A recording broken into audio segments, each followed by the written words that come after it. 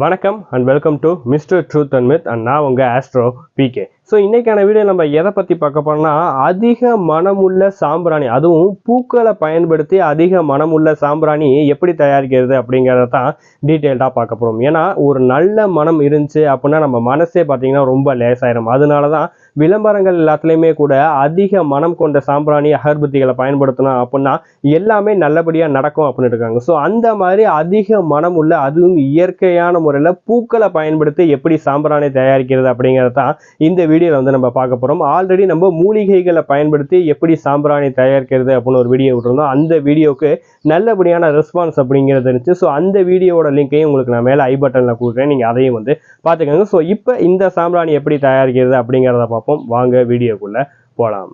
First இதுக்கு என்னென்ன பொருட்கள் தேவை அப்படின்னு வந்து பார்த்துக்காங்க. எடுத்ததும் பார்த்தீங்கன்னா மருதாணி விதை அப்படிங்கிறது ரொம்ப அவசியங்க. ஸோ லாஸ்ட் வீடியோவில் பார்த்தீங்கன்னா மருதாணி இலையும் சேர்த்து வந்து போட சொல்லியிருப்போம். பட் இந்த வீடியோவில் பார்த்தீங்கன்னா மருதாணி இலை நமக்கு வந்து தேவையில்லை, மருதாணி விதை மட்டும் ஒரு 100 கிராம் இருந்தால் போதும். ஏன்னா மருதாணி விதையிலேயே பார்த்தீங்கன்னா அதிக அளவுக்கு ஆற்றல் அப்படிங்கிறதும் நல்ல நறுமணம் அப்படிங்கிறதும் நமக்கு கிடைக்கும். அதே மாதிரி குங்குளியம் பார்த்தீங்கன்னா வெள்ளை குங்குளியம், கருப்பு குங்குளியம், இது ரெண்டுமே வாங்கிக்கோங்க.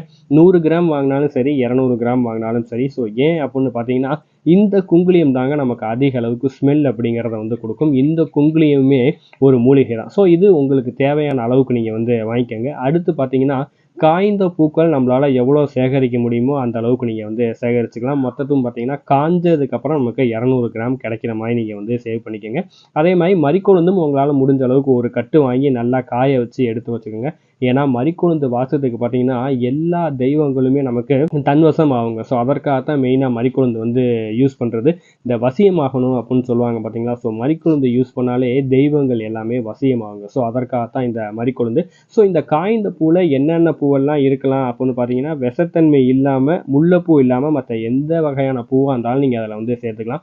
ஸோ நான் என்னென்ன பூ சேர்த்துருக்கேன் அப்படிங்கிறத வீடியோவில் வந்து சொல்கிறேன். ஸோ ஃபஸ்ட்டு பார்த்தீங்கன்னா மருதாணி விதையை வந்து நீங்கள் வாங்கிக்கோங்க. ஸோ இது வந்து உங்களுக்கு நாட்டு மருந்து கடைகள்லையுமே கிடைக்கும். இல்லை பக்கத்தில் மருதாணி செடி இருந்தாலுமே அந்த விதையை எடுத்து இந்த மாதிரி நல்லா காய வச்சு எடுத்துக்கோங்க. நான் உங்களுக்கு வீடியோவில் காமிச்சிருக்கேன் பாருங்க.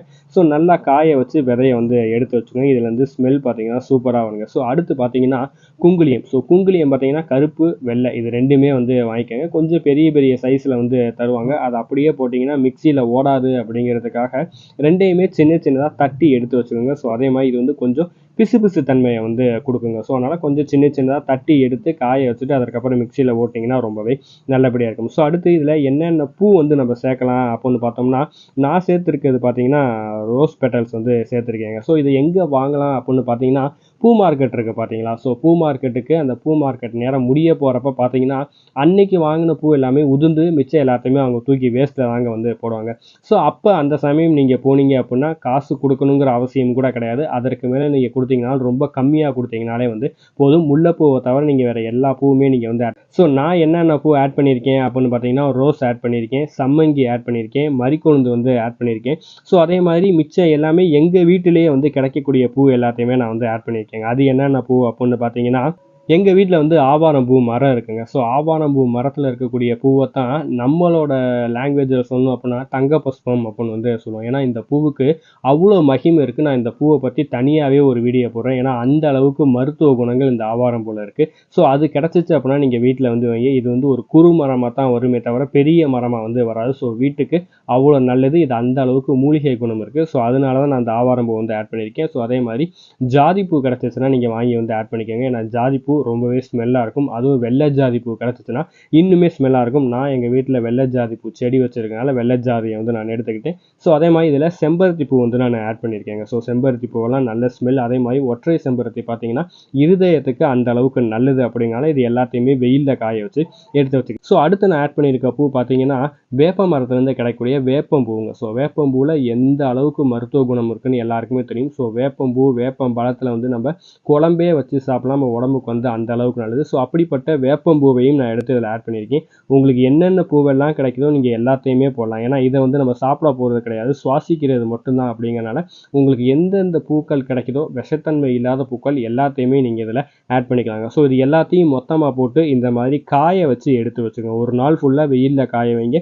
அதற்கப்புறம் பார்த்தீங்கன்னா அது எல்லாத்தையும் நிழல் பாங்கான இடத்துல காய வச்சு கொஞ்சம் ஈரப்பதம் போனதுக்கப்புறம் எடுத்து இந்த அளவுக்கு நல்லா கிறிஸ்பினஸாக வந்ததுக்கப்புறமே நீங்கள் அதை எடுத்து மிக்சியில் போட்டு அரைச்சி எடுத்து எடுத்துக்கோங்க. நல்லா தூள் தூளாக வந்துடும் உங்களுக்கு. இந்த அளவுக்கு காய வச்சு ஓட்டுனீங்க அப்படின்னா ரொம்பவே சிம்பிளாக நீங்கள் வீடியோவில் பார்த்தாலே தெரியும். கொஞ்சம் உதிரி உதிரியாக தனித்தனியாக வந்துடும். அதை ஃபுல்லாக அரைச்சி வெயிலில் காய வச்சு எடுத்துக்கிட்டிங்கன்னா இப்போ காமிக்கிறேன் பார்த்தீங்களா. ஸோ இந்த மாதிரி இதுக்கு வந்துங்க ரொம்பவே உதிரி உதிரியாக இருக்கும், சூப்பராக இருக்கும்.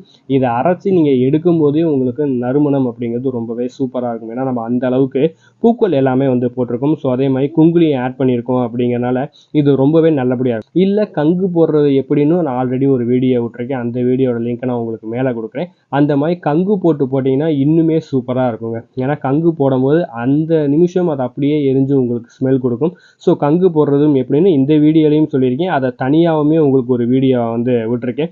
ஸோ இந்த வீடியோவில் பார்த்தீங்கன்னா இன்னுமே கொஞ்சம் எளிமையாக சொல்லியிருக்கேன். ஈஸியாக கங்கு பிடிக்கிற மாதிரியும் ரொம்ப நேரம் அது நின்று எரியிற மாதிரியும் உங்களுக்கு நான் இந்த வீடியோவில் கொடுத்துருக்கேன்.